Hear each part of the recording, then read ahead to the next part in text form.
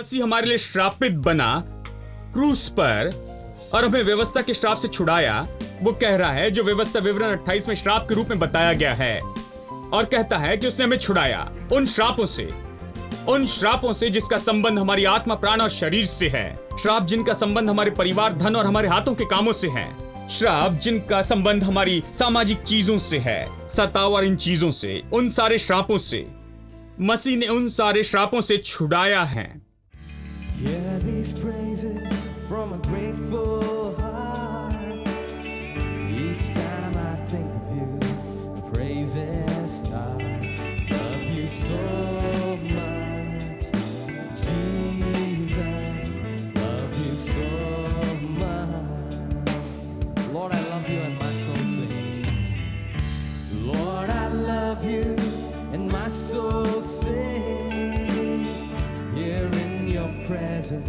Carried on your wings, love you so much, Jesus, love you so much. How my soul longs for you, how my soul longs for you, longs to worship you forever.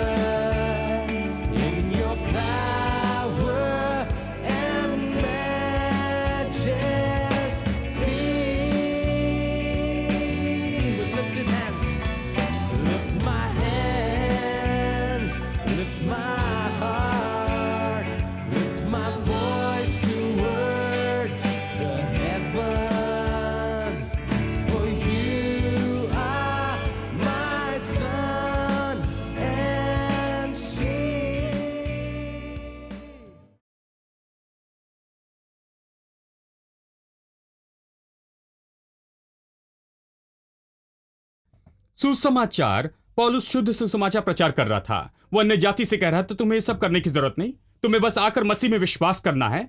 जो विश्वास से हैं वो Abraham की संतान है। इसलिए वो कहता है गलातियों 3:7 में, जो विश्वास से हैं वो अब्राहम की संतान है। इसका अर्थ है यदि आप यीशु पर विश्वास करते और उस पर प्रभु और उद्धारक के रूप में विश्वास करते तो आप अब्राहम की संतान है, बिल्कुल वैसे ही जैसे इसहाक, याकूब और यूसुफ अब्राहम की संतान थे। आप अब्राहम की संतान हैं। उसने कहा यीशु पर विश्वास करते हैं तो, और विश्वासी अब्राहम के साथ आशीषित होते हैं, यहूदी बने बिना ही। केवल यीशु पर विश्वास करने से आशीषित होते हैं, अब्राहम की उसी आशीष से। तो वो कहता है मैंने तुम्हें एक सुसमाचार प्रचार किया और दूसरे ने आकर कुछ कहा और तुम्हें फेर लिया नैतिकता की ओर, यहूदी मतवाद में और इन सब में, गैर जरूरी चीजों में। तुम कैसे दूसरे सुसमाचार में चले गए? वो कहता भी से सुनिए, यह है ही नहीं पर कितने हैं जो तुम्हें घबरा देते और मसीह के सुसमाचार को बिगाड़ना चाहते हैं। परंतु यदि हम यह स्वर्ग से कोई भी दूत उस समाचार को छोड़ जो हमने तुम्हें सुनाया है, कोई और समाचार तुम्हें सुनाए तो श्रापित हो। वो कितनी मजबूती से कहता है कि यदि कोई और सुसमाचार तुम्हें प्रचार करता है तो वो श्रापित हो। यानी वो सुसमाचार के बारे में इसके संदर्भ में बहुत ही गंभीर है। वो कहता है यदि कोई और सुसमाचार प्रचार करता है, उसमें जोड़ता है तो वो श्रापित है। इसे सुनिए, जैसे हम पहले कह चुके हैं वैसे ही मैं अब फिर कहता हूं कि उस सुसमाचार को छोड़ जिसे तुमने ग्रहण किया, यदि कोई और सुसमाचार सुनाता है तो श्रापित है। वो फिर से कहता है अब मैं क्या मनुष्यों को मानता हूं या परमेश्वर को? क्या मैं मनुष्य को प्रसन्न करना चाहता हूं? यदि मैं अब तक मनुष्य को ही प्रसन्न करता रहा तो मसीह का दास न होता। अब इसे सुनिए, हे भाइयों, मैं तुम्हें बता देता हूं कि जो सुसमाचार मैंने सुनाया है, जो मैंने सुनाया वो मनुष्य का नहीं है। क्या आप जानते हैं कि कई बार जो सुसमाचार प्रचार किया जाता है वो मनुष्य के अनुसार होता है? यह सच में यीशु मसीह का प्रकाशन नहीं है। बहुत से लोगों ने कुछ बनाकर आपको सुसमाचार के रूप में प्रचार किया। वो कहता है जो सुसमाचार मैं प्रचार करता हूं वो मनुष्य के अनुसार नहीं है। यह महत्वपूर्ण वाक्य है। यह मनुष्य के अनुसार नहीं है। यह मनुष्य से मैंने नहीं पाया। यह मनुष्य के अनुसार नहीं है। यह मनुष्य की बात नहीं। मनुष्य इसे नहीं बनाया है। उसे यह कैसे मिला? इसे सुनिए, क्योंकि वो मुझे मनुष्य की ओर से नहीं पहुंचा और न मुझे सिखाया गया, पर यीशु मसीह के प्रकाशन से मिला। वो कहता मैंने सीधा यीशु मसीह से पाया है। यीशु ने मुझे दिखाया कि सुसमाचार क्या है। मैं वही सुसमाचार कहता हूं। वो कहता है यहूदी मत में जो पहले मेरा चाल चलन था उसके विषय तुम सुन चुके हो। वो कहता मैं पहले यहूदी था कि मैं परमेश्वर की कलीसिया को बहुत ही सताया और नष्ट करता था। वो कलीसिया को सताने वाला था, विश्वासियों को मारता था, वो हत्या के पीछे था, विश्वासियों को बंदी बनाता था, भयानक मनुष्य था। तुम जानते हो कि मैं यहूदी मतवाद में कितना था, कितना विश्वास करता था, मैं कितना यहूदी था। फिर वो कहता है यहूदी मत से अधिक बढ़ता जाता था, अपने बहुत से जाति वालों से जो मेरी अवस्था के थे, और अपने बाप दादों की परंपरा के लिए बहुत ही उत्साहित था। परंतु परमेश्वर की, जिसने मेरी माता के गर्भ से मुझे ठहराया और अपने अनुग्रह से बुला लिया कि मुझ में अपने पुत्र को प्रकट करे कि मैं अन्य जाति में उसका सुसमाचार सुनाऊं, तो मैंने नमाज से और न लहू से सलाह ली, और न यरूशलेम को उनके पास गया जो मुझसे पहले प्रेरित थे, परंतु अरब को चला गया और फिर वहां से दमिश्क को लौट आया। कि मैं पतरस और दूसरों के पास नहीं गया कि सुसमाचार के बारे में सुनूं। मैं तो यहूदी मतवाद में था, मैं यहूदी मतवाद में बढ़ता गया, मेरे दोस्तों से भी बढ़कर। मैं यहूदी आस्था में सबसे ज्यादा इसके बारे में सीखा। मैं इसमें माहिर था, कलीसिया को सताता था। मैंने इनसे ज्यादा विश्वास किया, ये लोग जो तुम्हारे पास आकर यहूदी मतवाद बता रहे हैं, उनसे ज्यादा विश्वास किया, उनसे ज्यादा। लेकिन अब मैं तुमसे कहता हूं, तुम्हें उसकी जरूरत नहीं, तुम्हें यीशु मसीह चाहिए, वो कहता है। अब इसे सुनिए। फिर 3 वर्ष के बाद मैं कैफा से भेंट करने के लिए यरूशलेम गया और उसके पास 15 दिन तक रहा, परंतु प्रभु के भाई याकूब को छोड़ और प्रेरित में से किसी से न मिला। जो बातें मैंने तुम्हें लिखी है, देखो, परमेश्वर की उपस्थिति जानकर कहता हूं कि वे झूठी नहीं। वो कहता है, हां, मैं पतरस से मिला और उसके साथ 15 दिन तक रहा। मैं यीशु के भाई को जानता हूं, याकूब और ये सब, लेकिन इन्हें छोड़ मैं किसी को नहीं जानता हूं और मैंने उनसे नहीं सीखा। मैंने ये स्वयं यीशु मसीह से पाया है। वो बताने की कोशिश कर रहा था कि सुसमाचार कितना प्रभावी है, जो वो प्रचार करता है, ये कितना असली है, ये कितना असली है, कितना सच्चा है। ये मनुष्य के अनुसार सुसमाचार नहीं, केवल यही सुसमाचार है जो प्रचार करता, और ये आजाद है उन सारे बंधनों से जो नैतिक और दूसरी बातों से लाते हैं। अब देखिए अध्याय 3। अध्याय 3 में हमने वचन 7, 8 और 9 देखे हैं, ठीक है, जहां वो कहता है केवल वो जो विश्वास से हैं वही अब्राहम की संतान है। अब वो कहता है कि यदि आप अब्राहम से जन्मे हैं जब तक यीशु पर विश्वास नहीं करते, केवल जो विश्वासी हैं वो अब्राहम की संतान है, वो कहता है।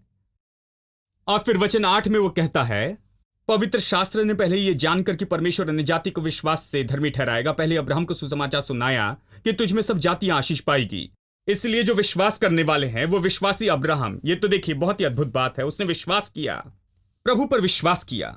यानी यदि विश्वास नहीं करते और केवल अब्राहम से जन्मे हैं तो अब्राहम की संतान नहीं। वो कहता है तुम्हारे पास अब्राहम जैसा विश्वास होना चाहिए, केवल विश्वासी से तुम अब्राहम की संतान हो, क्योंकि अब्राहम की आशीषों का आनंद उठाने के लिए हमारे पास अब्राहम का विश्वास होना चाहिए।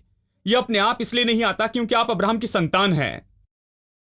विश्वास करना होगा जिसमें अब्राहम ने विश्वास किया। विश्वास करने से तुम अब्राहम की आशीष में चल सकते हो, और इसलिए अब्राहम की आशीष है और अब्राहम का विश्वास है।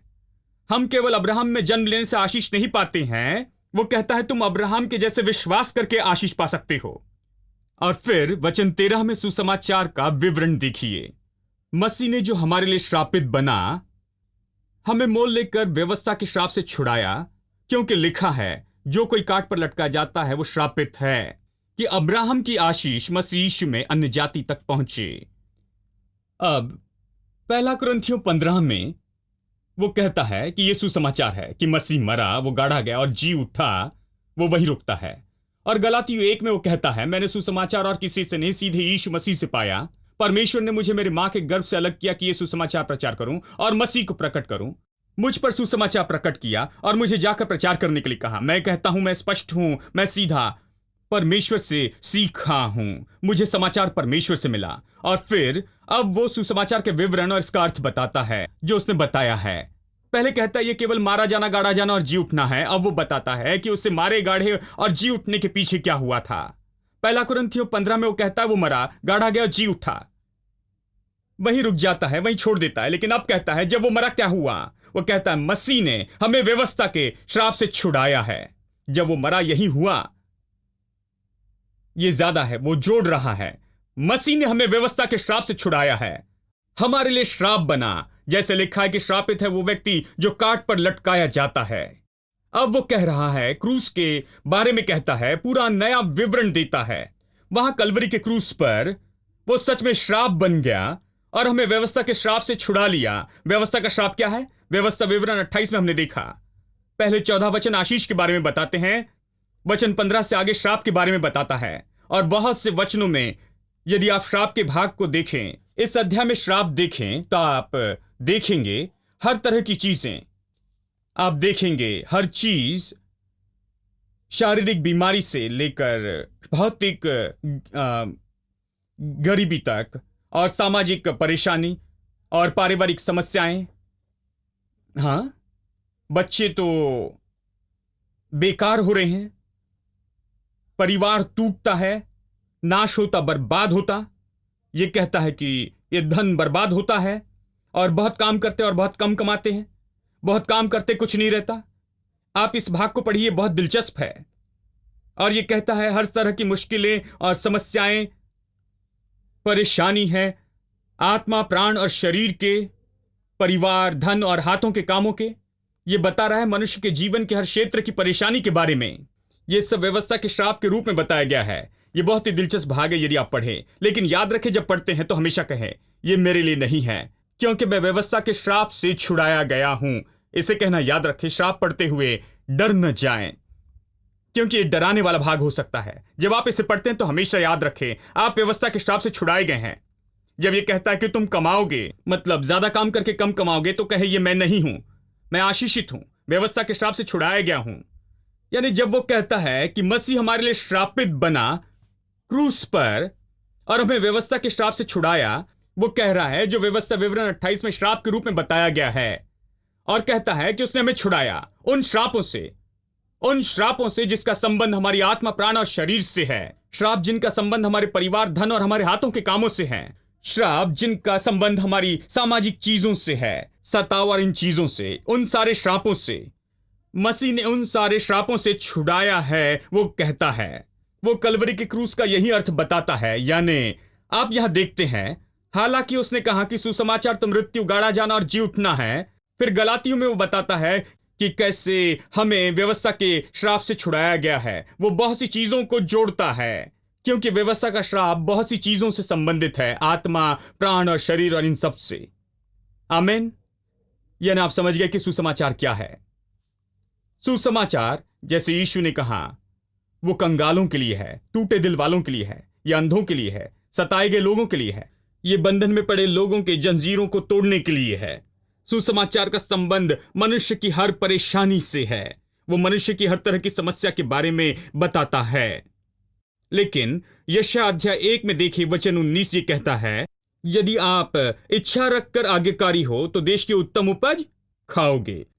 ये अच्छी उपज कहता है, लेकिन मैं उत्तम कह रहा हूं क्योंकि इन दिनों में गुड, बेटर और बेस्ट आया है। यानी अच्छा तो कम होता है इन दिनों में हमारी सोच में। तो चलिए कहते हैं कि देश की उत्तम उपज खाएंगे, ठीक है। अब इच्छा रखना और आज्ञाकारी होना 2 शर्तें हैं। इन 2 शर्तों में यह नहीं बताती है, ये इस तरह नहीं कहती हैं कि हमें कामों से आशीष मिलती है। नहीं, आप पहले से आशीषित हैं। सब लोग कहें मैं पहले ही आशीषित हूं, यही समस्या है, पहले ही आशीषित हैं। लेकिन क्योंकि परमेश्वर इसकी जबरदस्ती नहीं करता, प्रभु आपका आदर करता है, आपका आदर करता है। आप एक मनुष्य, आपकी इच्छा है, आप आशीषों में चल सकते हैं केवल इच्छा रखते और आज्ञाकारी होते हुए। इच्छा रखने का अर्थ है कि आप इस सत्य को गले लगाते हैं कि प्रभु ने आपके लिए कुछ किया और आप उस पर विश्वास करते। और आज्ञाकारी का अर्थ है सुनना, प्रभु की सलाह सुने, प्रभु के निर्देश सुने, प्रभु जो कहता है उससे सुने। उसने जो किया, यदि आप उसे स्वीकार करने के लिए इच्छा रखते हैं और इन सत्य पर विश्वास करें, और जैसे वो आपका मार्गदर्शन और अगुवाई करता और आप सुनते हैं, तब आप देश की उत्तम उपज खाएंगे। ये नहीं कहता कि स्वर्ग की उत्तम उपज, ये कहता है देश की उत्तम उपज। सब लोग कहे देश की उत्तम उपज। अब चलिए कुछ वचन देखते हैं। अय्यूब 36। हमें इसे मजबूत करना होगा इन दिनों में, क्योंकि लोगों में बहुत सी गलत धारणा है। यानी वो बहुत चिंता करते हैं इन बातों की, कहते हैं खैर भाई सैम जानते हैं हम असली संसार में जीते हैं। वो कहते असली संसार में आ जाए, बात करें कि क्या हो रहा है। मैं असली संसार के बारे में कह रहा हूं। वचन ज्यादा असली है आपके इस संसार से, क्योंकि वचन ने संसार बनाया, वो ज्यादा असली है। जिस वचन ने संसार को बनाया वो ज्यादा असली है। यानी आपका संसार ज्यादा असली नहीं है, ये वचन ही असली है। यानी चलिए वचन को देखते हैं। अय्यूब 36 और मैं पढ़ना चाहता हूं वचन 11।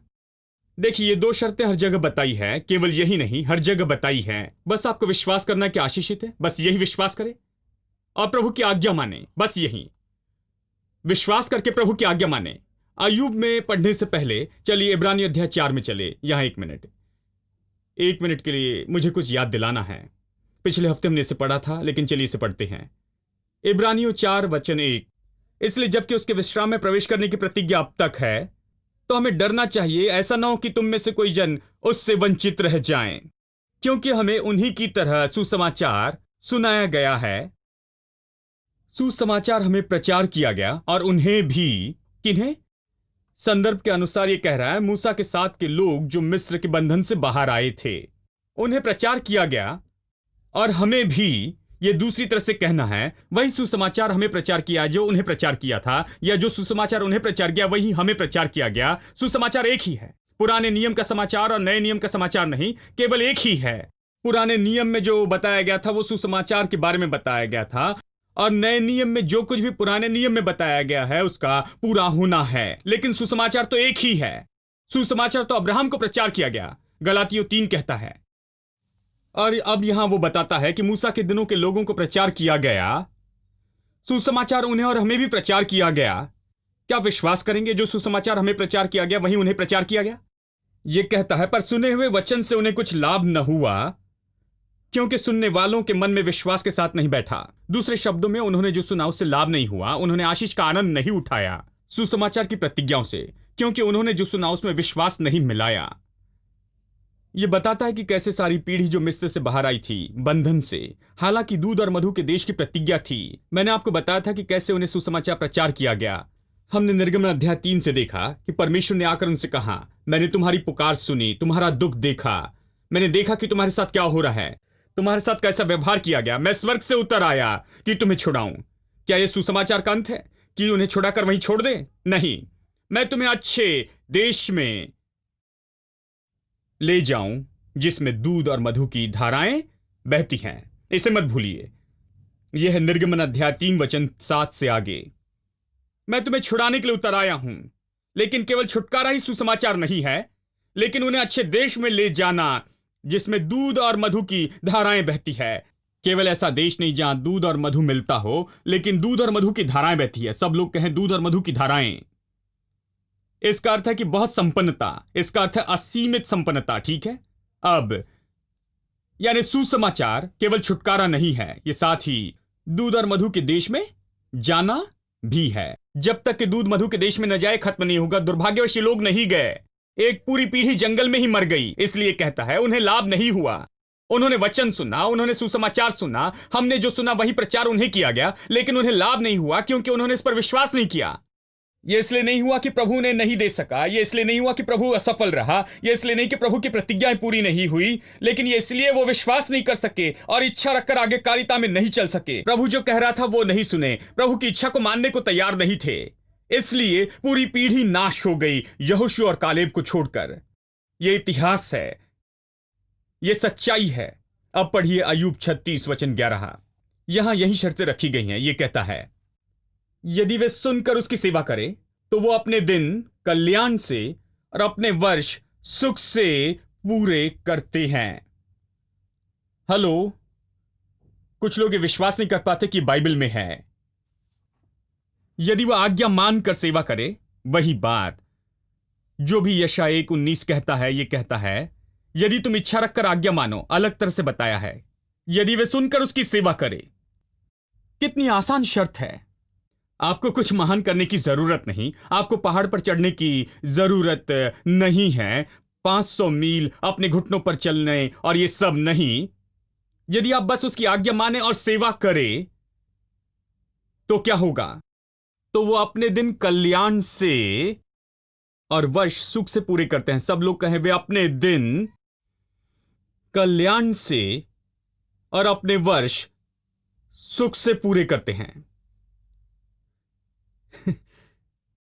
जब मैं छोटा था, मैंने आपको बताया, मैं मसीहत में डुबोया गया। मैं मसीही लोगों में जन्मा और मेरी परवरिश हुई। मैंने मसीह प्रचार सुना, मैं आपसे कह रहा हूं केवल इसलिए नहीं कि पुराने दिनों के बारे में शिकायत करते रहूं, लेकिन मैं कह रहा हूं कि ये सच्चाई है। दुर्भाग्यवश उन्होंने मुझसे कहा, यदि तुम आज्ञा मानकर सेवा करोगे तो तैयार हो जाओ, क्योंकि दुख उठाओगे।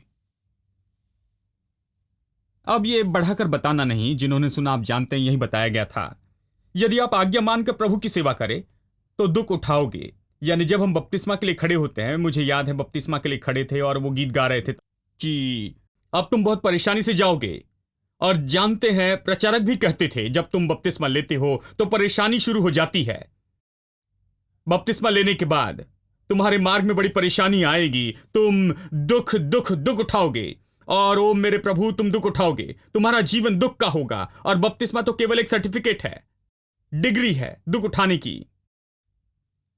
यानी बपतिस्मा लेने के बाद दुख उठाने के लिए तैयार है। यानी उन्होंने कहा मसीह जीवन दुखों का जीवन है।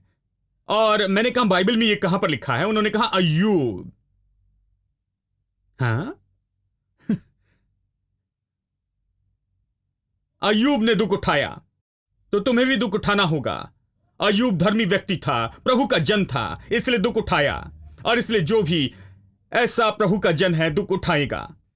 मैंने कहा नए नियम से दिखाइए, तो कहा पौलुस ने दुख उठाया।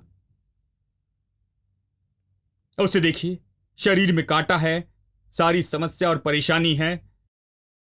देखिए, अय्यूब का दुख उठाना, यदि आप बाइबल पढ़े पहले 3 अध्याय में, हर कोई पहले 3 अध्याय में माहिर है। मसीहत में एक विख्यात वचन है कि प्रभु देता है और प्रभु लेता है। मैं सोचता हूं कि प्रचारक और विश्वासी के लिए विख्यात वचन है, प्रभु देता है, प्रभु लेता है, सारी समस्या हल कर देता है।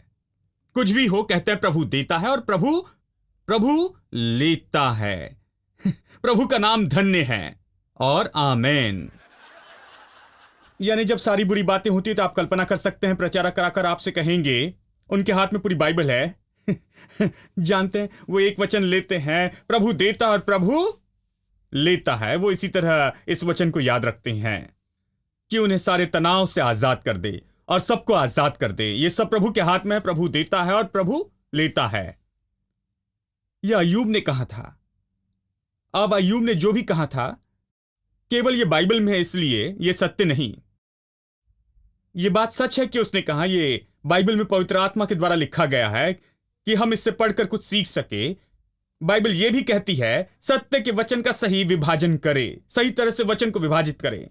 यानी वचन का सही अर्थ लेना है। क्यों? क्योंकि अय्यूब ने जो कहा उसे लेकर अपना सुनहरा वचन न बना दें और सामने लटका कर न कहें कि प्रभु देता और प्रभु लेता है। बाइबल क्यों कहती है कि सही तरह से वचन का विभाजन करे? इसका अर्थ है कि आपको वचन लेना है, आपको देखना है कि किसने कहा, क्यों कहा, और उसने जो कहा है वो क्या सही है? उसने क्या सत्य का वचन कहा है? क्या यह सत्य का वचन है? क्या यह सत्य है? यदि आप अय्यूब के अंत में जाए, अय्यूब ने कहा, प्रभु मैंने अनजाने में यह सब कहा है, मैंने गलत कहा। वो सच में कहता है, मैंने अपना मुंह खोला और खुला रखा और कहते गया, इसीलिए मैंने गलती की, अब मैं अपना मुंह बंद करूंगा, मुझे माफ कर। वो कहता है, तू कहना मैं सुनूंगा। वो कहता है, मैंने गलत बातें कही हैं। देखिए, किसी ने यह नहीं पढ़ा, आखिरी 3 अध्याय में कोई माहिर नहीं है। मैं आपको सत्य बता रहा हूं, फिर से शिकायत नहीं कर रहा हूं। पुराने जमाने में उन्होंने पहले 3 अध्याय के बारे में बताया, लेकिन बाइबल नए नियम के बारे में कहती है, स्पष्ट रूप में यह कहती है, अय्यूब के अंत को देखो। यह नहीं कहती कि अय्यूब की शुरुआत देखो, क्योंकि सब जानते हैं कि आप शुरुआत को देखते हैं। हर कोई अय्यूब की शुरुआत में माहिर है, अध्याय 1, 2 और 3 में माहिर है। इसलिए नया नियम कहता है अय्यूब के अंत को देखो, आखिरी 3 अध्याय पढ़े, क्योंकि यहीं पर यह कहता है, अय्यूब कहता है, मुझे माफ कर प्रभु, मैंने अपना मुंह खोला, मैंने ऐसी बातें कही जो नहीं कहनी चाहिए थी। मैंने कहा मैं बेकार हूं, मूर्ख हूं, मैं अपना मुंह बंद कर दूंगा, तू कहना और मैं सुनूंगा। मैंने गलत कहा, मुझे पता नहीं, मैं मुंह बंद करूंगा, अब से तू कहेगा। और फिर परमेश्वर ने उसकी बंधुआई को बदल दिया। मैंने उन दिनों में यह प्रचार नहीं सुना था। परमेश्वर ने उसकी बंधुआई को बदल दिया और उसने जो खोया था उसका दुगना दे दिया।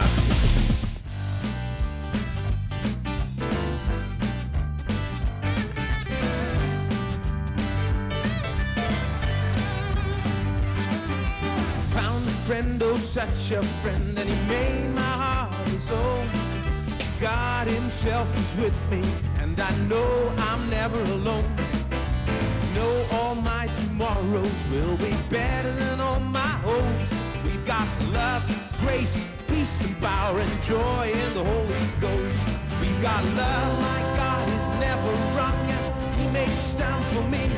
We got grace, it blew apart my chains and set the sinner free. It's like a river, and you'll never run it dry. We got power over fear and death, the hearts filled up with joy. The Holy Spirit fills me up, and I need Him every day. Fire, faith, and confidence, and knowing what to say. I gave my heart and all I am to the one who loves me most. We got love, grace, peace, and power, and joy in the Holy Ghost. We got love, my God is never wrong, and He makes time for me. We got grace, it blew apart my chains and set the sinner free. It's like a river, and you'll never run it dry. We got power over fear and death, and hearts filled up with joy. The Holy Spirit fills me up, and I need Him every day. Fire, faith, and confidence, and knowing what to say. I gave my heart and all I am to the one who loves me most. We got love, grace, peace, and power, and joy in the Holy Ghost. We got love, my God is never wrong, He makes time for me. We got it blew apart my chains and set the sinner free. It's like a river, and you'll never run it dry. We got power over fear and death, and hearts filled up with joy. Oh, we got love, my God is never wrong, and He makes time for me. We got it blew apart my chains and set the sinner free. We got it's like a river, and you'll never run it dry. We got power over fear and death, hearts filled up with joy. Found a friend, oh such a friend, and He made my heart His own. God Himself is with me, and I know I'm never alone. I know all my tomorrows will be better than all my hopes. We've got love, grace, peace, and power, and joy in the Holy Ghost. We got love, grace, peace, and power, and joy in the Holy Ghost. We got love, grace, peace, and power, and joy in the Holy